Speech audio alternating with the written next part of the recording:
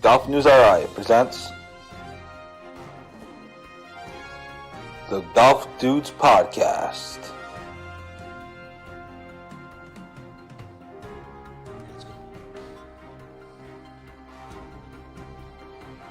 Here are the dudes.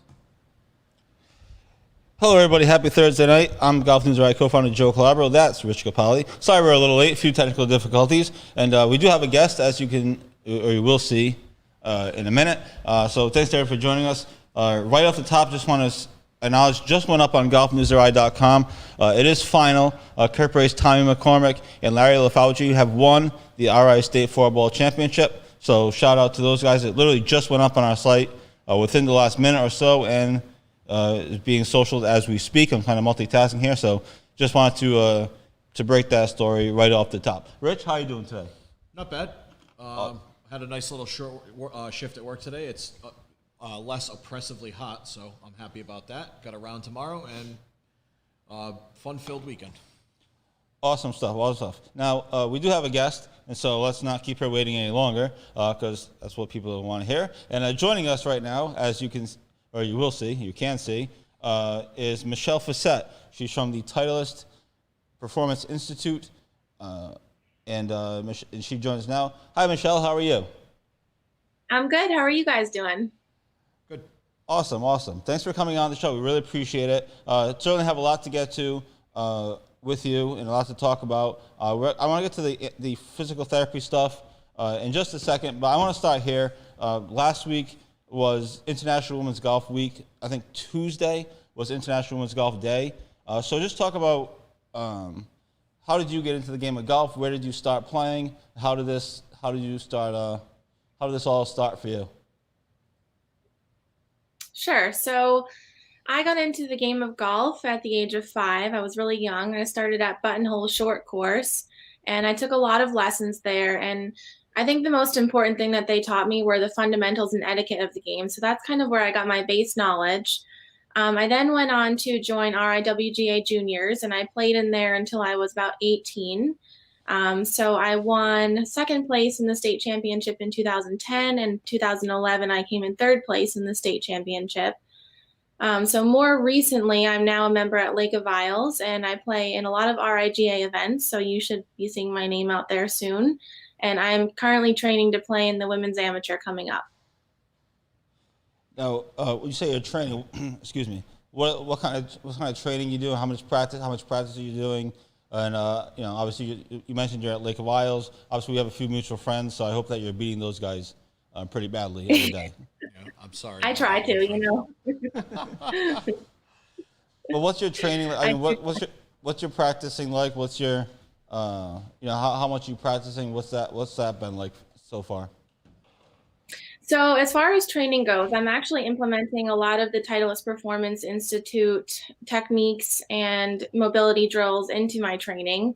And I've actually found insane differences in my length and my shot average, and it's been awesome. So unfortunately, I don't get to practice as much as I would like because I do work full time as a physical therapist, but I'm out there every weekend, Saturday, Sunday, usually Mondays are my RIGA events. So I spend lots of time in the bunker, and it's not where I always want to be. I always want to be out on the course, but I do find time at the driving range every weekend, and I'm taking some tune-up lessons at Lake of Isles as well. So that's what I've been implementing into my training recently.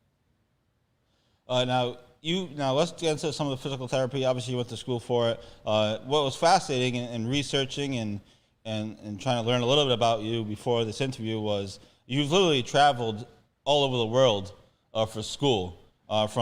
Yeah. And I'll let you get into the details, but you went from URI to Scotland to Arizona, and Lord knows where else. So just talk about the schooling, but also the travel part of it and why the world traveled. Sure. So I started my bachelor's degree at URI in kinesiology. And so I really wanted to branch out after that. I knew that I really wanted to do something big. So I was really drawn to Scotland, obviously for the golf aspect of it, but that's not solely the reason. So I was really interested in the clinical experience there. And it's a little bit different over there. In the United States, you only get to do 3 clinical rotations, but in Scotland, I had the ability to do 6 clinical rotations. So I was in hospital, I was in home health, I was an outpatient, I was in cardiac rehab, pulmonary, a little bit of everything. So that really drew me to the program in Scotland itself. So I got my master's degree there. And they are actually a sister school with Northern Arizona University, which is where I finished my degree in Flagstaff, Arizona. And I finished my doctoral degree in 2019 there. So it was certainly interesting. Actually, one point that I should note is when I moved to Flagstaff, I thought miraculously my golf game had improved, but realized I was in the high elevation. So I was getting about 30 to 40 yards more per shot just because of the high elevation. So I found that very interesting as well. Tell me when you were in Scotland that you got to play at least a little golf while you were going to school. Oh, yes. Oh, yes. I think my coolest experience was playing Kingsbarn Country Club or Nice. golf course about a week before the Women's Open, and my name got announced on the first tee. So I think That's that was awesome. the coolest experience I had. Yeah. One more question. Do you, given the fact that you've played true link style golf, do you like it better? Do you like the European style better, or do you like the American style better? I have to say I like the American style better, mostly because it's not only the conditions on the golf course that are difficult, but the weather almost never cooperates there. So not only are you trying to hit out of thick, thick grass, but you've got wind coming at you and rain and it's wet and your club slipping out of the hand. So that was definitely challenging. That's so funny because I just read an interview or listened to an interview from a bunch of tour pros that said the exact same thing. They'd rather play in America than Europe just because of the weather, flat out. Yeah, Now, I agree 100%. now, so you get through school, you play some golf overseas, tons of fun.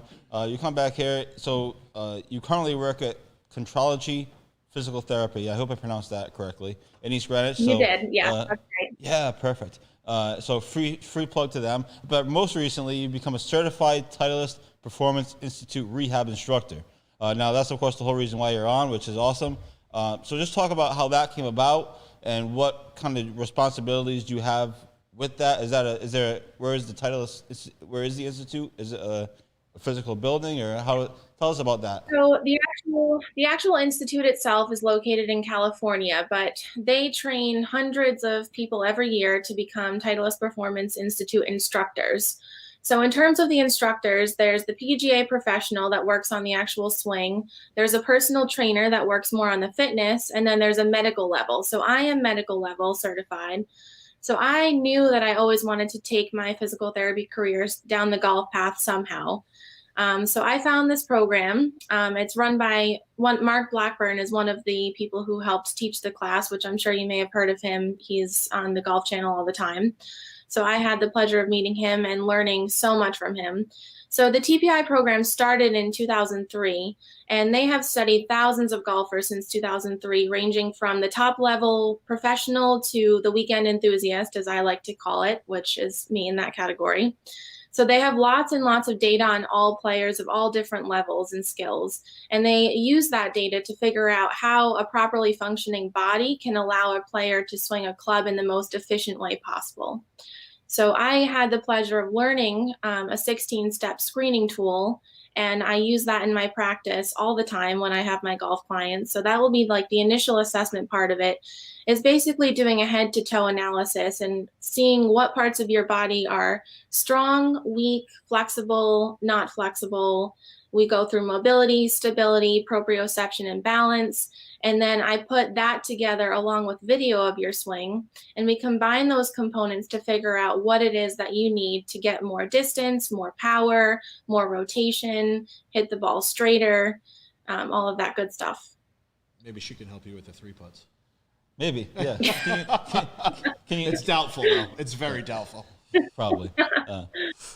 So that all seems pretty intense. So what? When clients come to you, I mean, I guess you kind of just went through it, but what are they looking for? What would somebody come to you for? Just for strength, or for rehab, or what kind of things would people specifically come to you for? Sure. So I get people who come to me both for injuries who are in pain.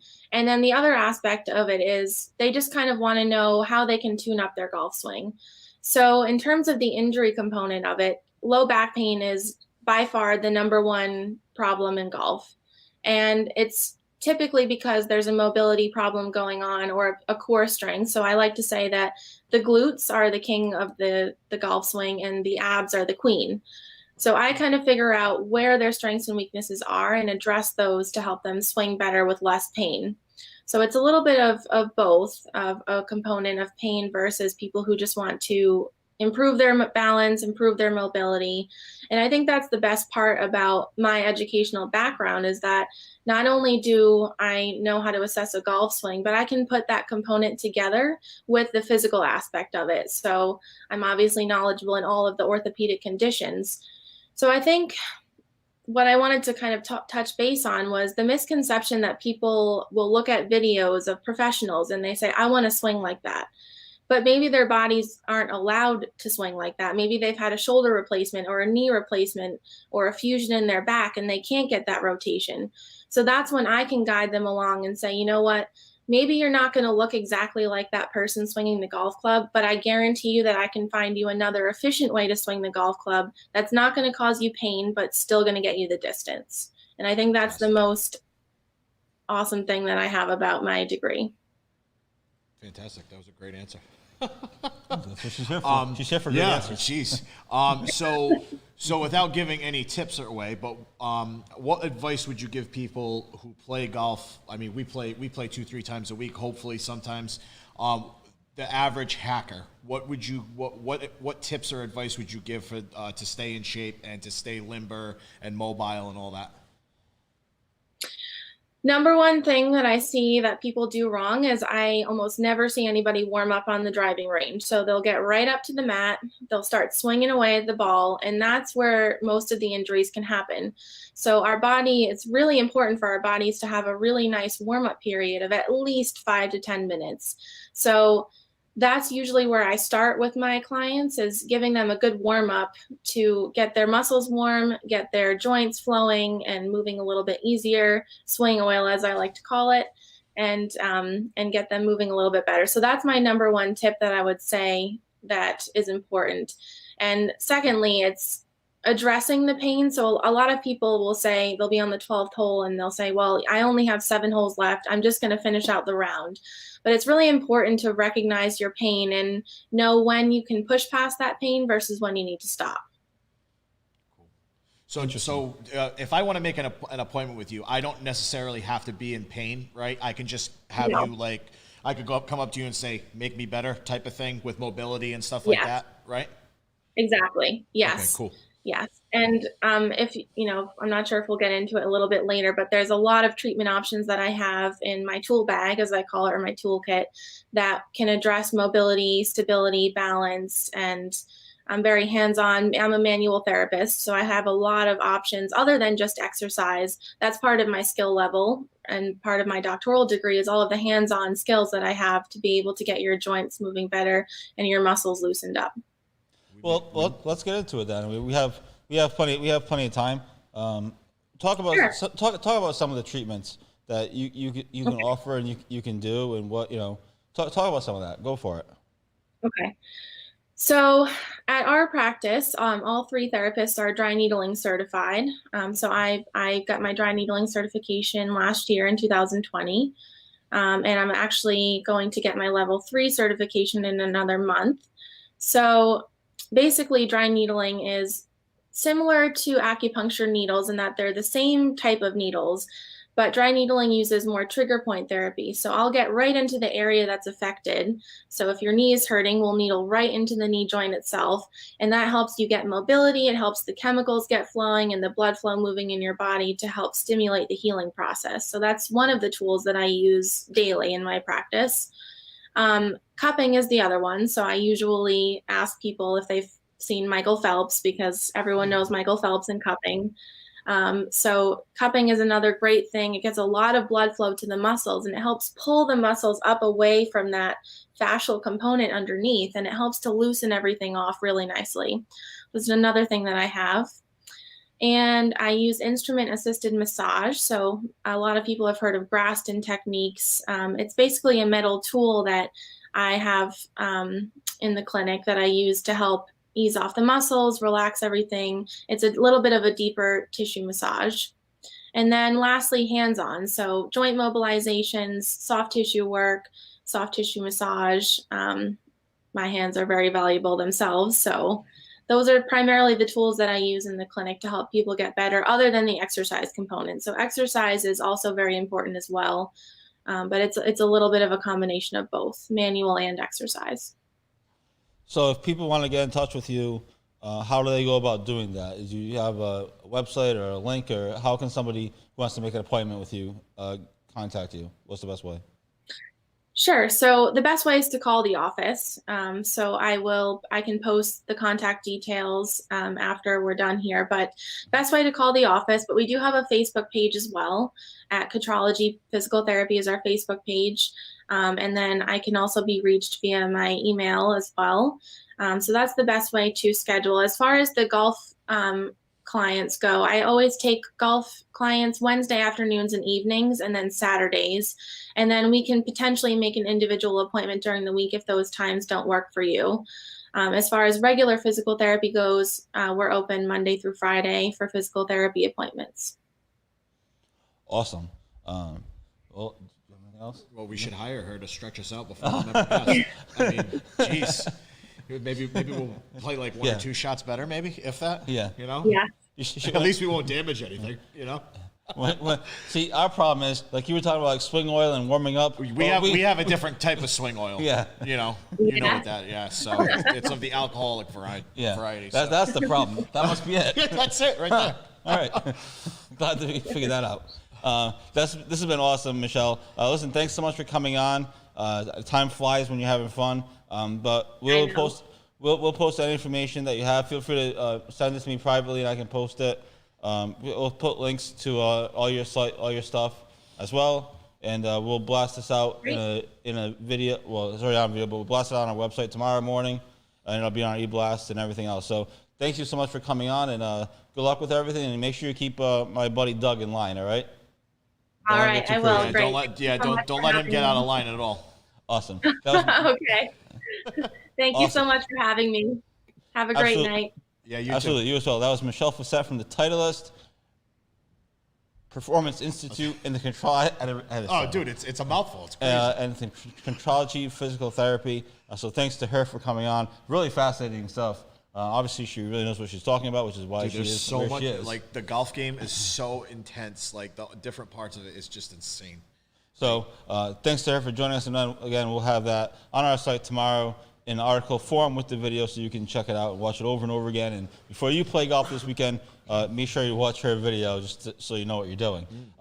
With that, we're going to take a quick break, toss to our promo over here. We're going to take a quick break, reset, and come back. Lots of things to talk about in the golf world, locally, nationally, and a combination of both. So stay tuned there. Stay tuned, everybody. We'll be right back.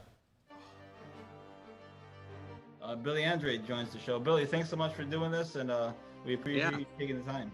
Well, thank you. Thanks for having me. I'm excited. I'm very excited to be joined by an 11-time Emmy Award winner, and that is Armen Keteyian. Massachusetts Women's Amateur Champion Allison Paik. The days of the country club just being golf and maybe one amenity are gone. Unfortunately, Metacomet doesn't have those.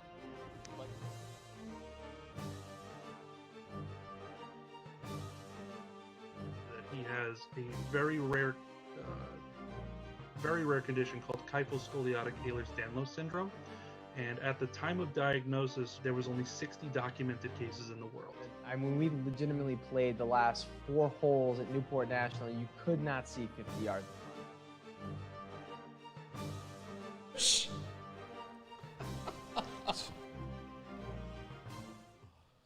And we're back here on the Golf Dudes podcast. Happy Thursday, everybody. Thanks again to Michelle Facette for joining us today. A fascinating conversation. If you missed it, you can watch the replay on our Facebook page or in an article tomorrow, or both, whichever floats your boat. So with that being said, let's reset the show here. Lots to talk about in golf this week. As I mentioned right off the top, Tommy McCormick and Larry LaFauci won the state 4-ball championship. So congrats to them. That took place the last 2 days over at Valley Country Club. But a big few weeks in golf. I was just thinking about this today, Rich. Next week is the U.S. Open at Torrey. Holy crap! Yeah, it is. The week after that is the Northeast Amateur Yeah. at Wannamoisett. Yeah. Then it's July 4th. Oh, that's. And then the week after that is the RI Amateur. Jeez. So the summer is underway. This is the weeks we've been waiting for. So a big few weeks, like I mentioned, big few weeks in golf. So you definitely want to stay with Golf News RI for all of your information as to what is going on with everything. So let's start with the Northeast Amateurs. They made a big announcement this week. They released the field, and every year they seem to have a good field. Some years are better than others, obviously. This year the field is loaded. I don't know if you saw it. I didn't get a chance to. Patrick Walsh is playing. Davis Chatfield's playing. Andrew O'Leary's playing. Christopher Encore from URI is playing. Plus, we have Bobby Leopold, Jamie Lukowitz, and Hammy playing. Plus, they have kids coming in from National Championship Team Pepperdine, who won. Kids that played on the Walker Cup are playing. Oh, nice. In this year's tournament. So that is June 23rd to the 26th at Wannamoisett. They play all day. They go off early in the morning, and then it's a stroke play event. It's free to attend. Anyone can go. You don't get a cart. You don't walk the course, but you can go. And it's cool. They have the scoreboards all over the place. They have the grill is open, so you can eat at Wannamoisett and get food and all different things. So really looking forward to that. So that is June 23rd to the 26th. That, like I kind of mentioned, that's kind of starts real local tournament season. Then 2 weeks later is the RI Amateur, which is also very exciting.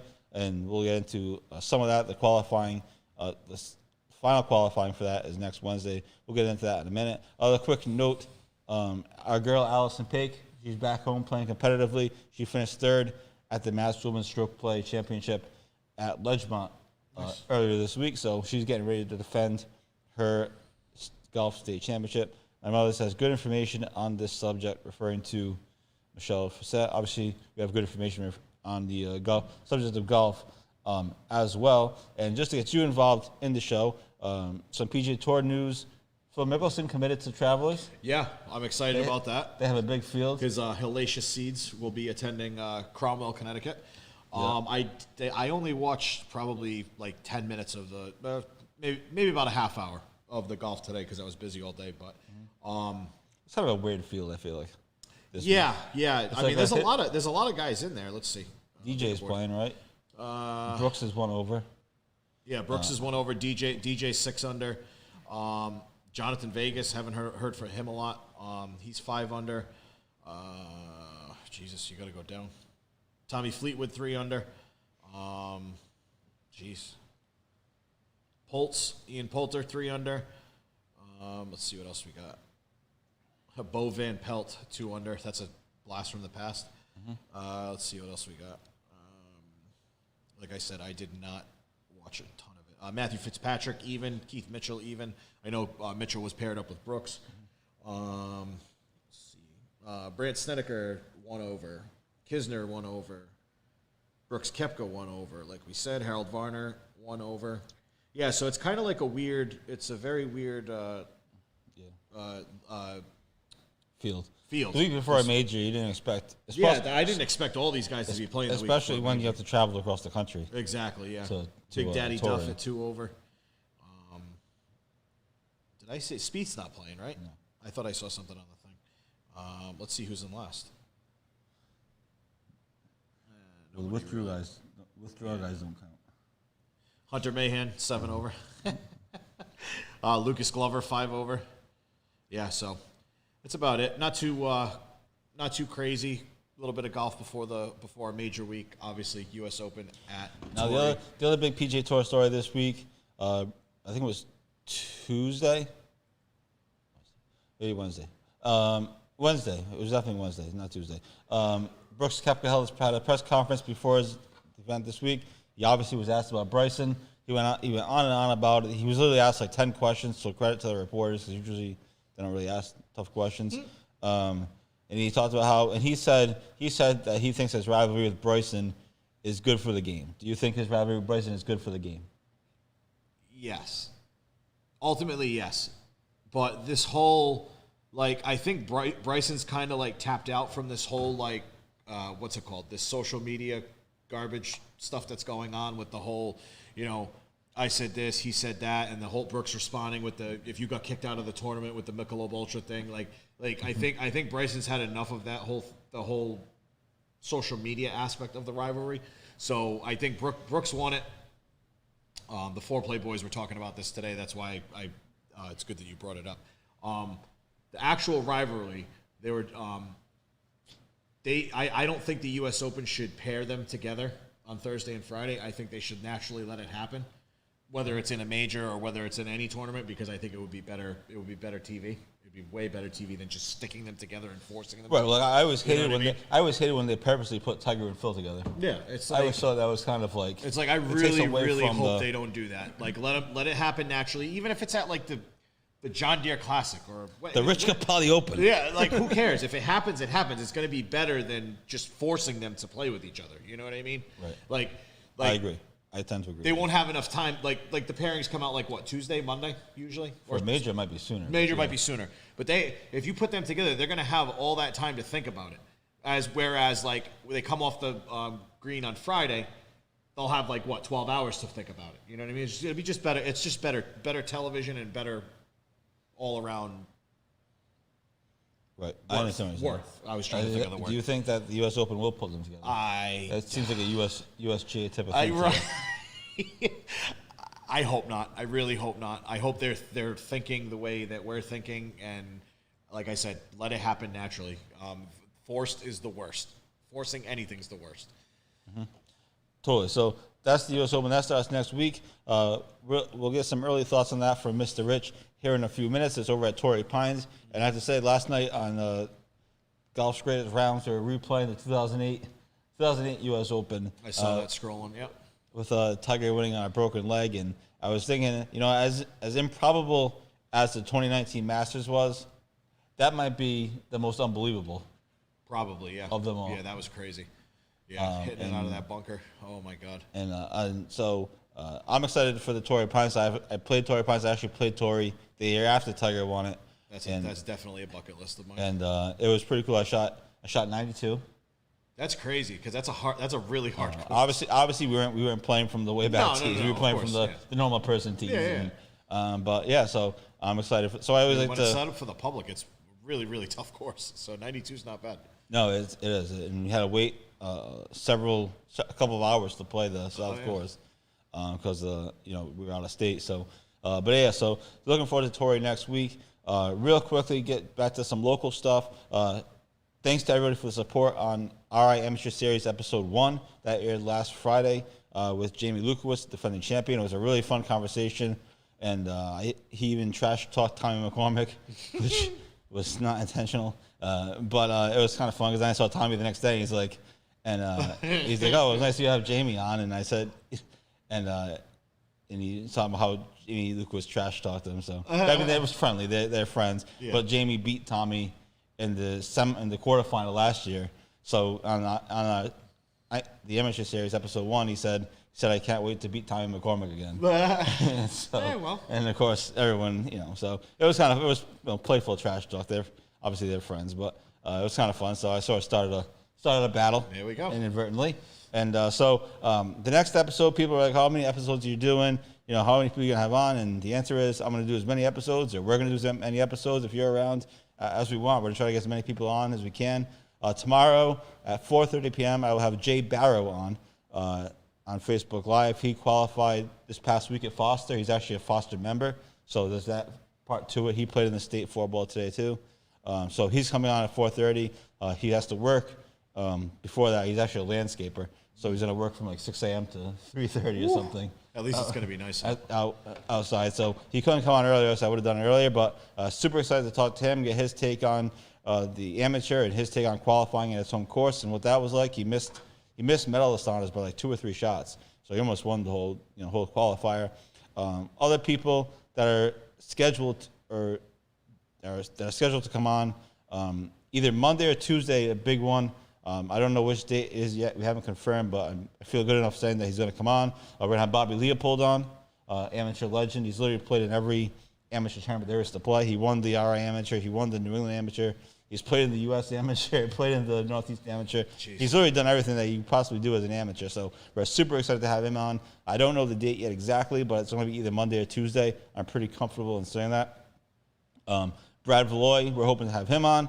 And obviously the Kirkbride guys, Tommy McCormick, Mike Hamilton. I would like to have Hammy on again before maybe next week's show we can grab him because I'd like to have him on that'd before be awesome. have him on before the Northeast Amateur. Yep. Because I totally forgot about that, which was my own fault. I forgot all these guys, how some of these guys are playing in the Northeast Amateur. Yeah. And it's like, well, they're not going to come on my stupid podcast during the friggin' Northeast Amateur when they're playing against the best in the world. So we'll have all those guys on and all the guys as well. We're going to try to, like I said, I'll literally crank out as many as I can. It's not a big deal.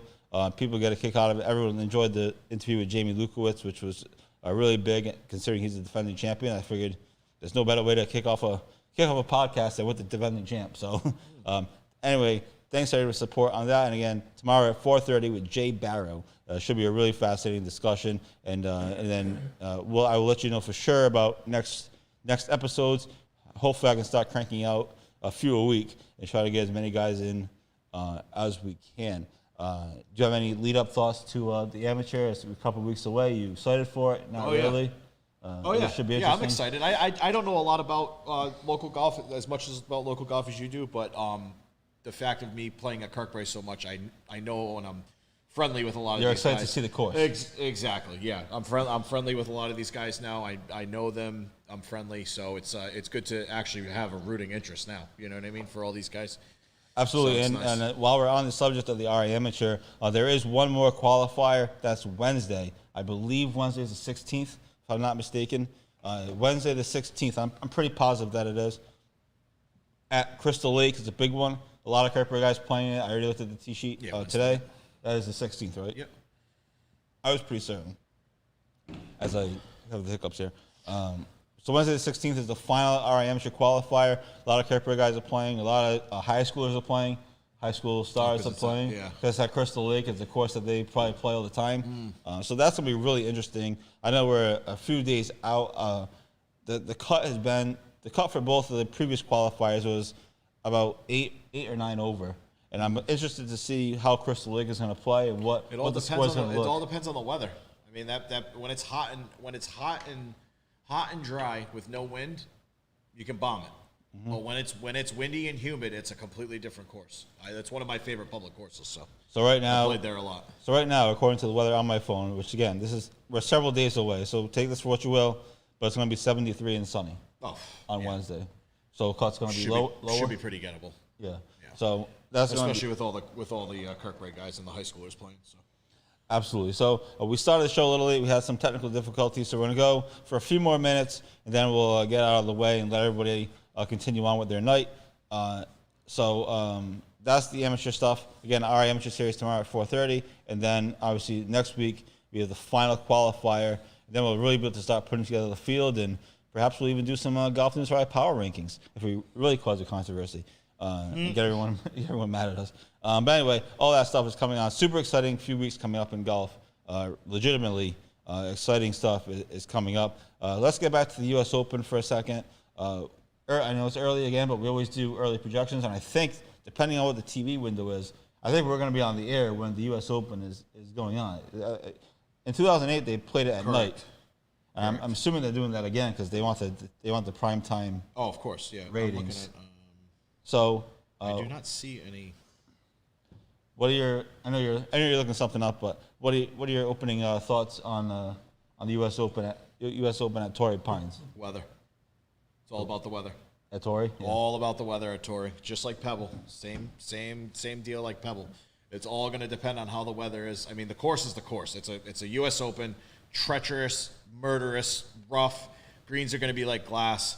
It's going to be all about the wind and possibly rain. I mean, it rains on the coast of California all the time. So I think the weather is going to play a huge factor because a lot of these guys, they've played in the U.S. Open. They know what to expect from a USGA run tournament. Like I said, treacherous, rough. You know, look at the women's U.S. Open last week. You couldn't even see the tops of their shoes. It's just insane. You know, these girls are hacking like 7 or 8 irons out of these things like it's nothing. So, And Lexi Thompson is just hacking. yes. We'll go to Pants Crapper of the Oh, that's right. We haven't done that in a while. It's Pants been a busy few Crapper of weeks. the month Of the year, maybe. of the year, maybe. I mean, she had a 5-shot lead. I know. And she went completely double, she went 17, double. 18, right? Or no, it was double, bogey, or bogey, yeah. 17 and 18. Yeah. I was like, oh boy. But she has a history of doing I know. that stuff. She has what? 10 top 3 finishes? No, 16 top 3 finishes in majors or something like that. It might be 10. It might be 10. Something like that. But yeah, so the heartbreak is real for Lexi. Yeah, and so I mean, she had a 5-shot lead. You can't blow that lead. And the course looked like it wasn't playing extremely difficult. Besides the rough, it didn't look that difficult. But also Olympic has a history doing that. Ben Hogan blew a lead there. Arnold Palmer's blown tournaments there. So I guess it's just that course. But yeah, that was fascinating to watch and also sad to watch at the same time. But that's golf and that's sports, and that's why we like it. So on that note, I think we're going to try to wrap up here. I don't even know how long we've been on the air for, but people want to move on with their lives. Speaking of blown, how about the Bruins? Oh, just kidding. Thanks. You fresh wounds, You sir. deserve that. I don't deserve it. How do I deserve it? Because you're a Bruins fan. You're just a hater. You're just a hater. Jesus. So anyway, thanks everybody for tuning in tonight. Thanks to Michelle Facette for coming on. It was a fascinating interview. Who knew all that stuff even existed? We're gonna put an article up tomorrow with the interview and with all her information, links, contact information, her email address, basically. Not into giving out people's phone numbers. But contact information. So if you want to contact her and reach out, feel free. And so that'll be all up tomorrow. So thanks to her for coming on. And thanks everybody for tuning in. Big golf weekend for me and for you. I know we're both playing, so You're actually playing for something. I I'm got actually- 2 rec rounds. I got a rec round with you on Sunday, and then I got a nice little round tomorrow morning at my place. So yes, it's fun to play for something. Playing for fun is not really that fun. No. But we'll have fun on Sunday, obviously.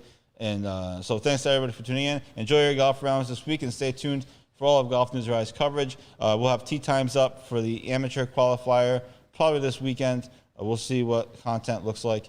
And again, congrats to Tommy McCormick and Larry LaFauci on winning the state 4-ball championship, held off Davis Chatfield and Bobby Leopold in an epic showdown. So congrats to them. And that article, which I'm going to update right before I leave the studio, is up on Golf News Rise right this second. So thanks to everybody for tuning in. We will talk to you next week. And if you're tuning in tomorrow for the RI Amateur Series, I will talk to you tomorrow.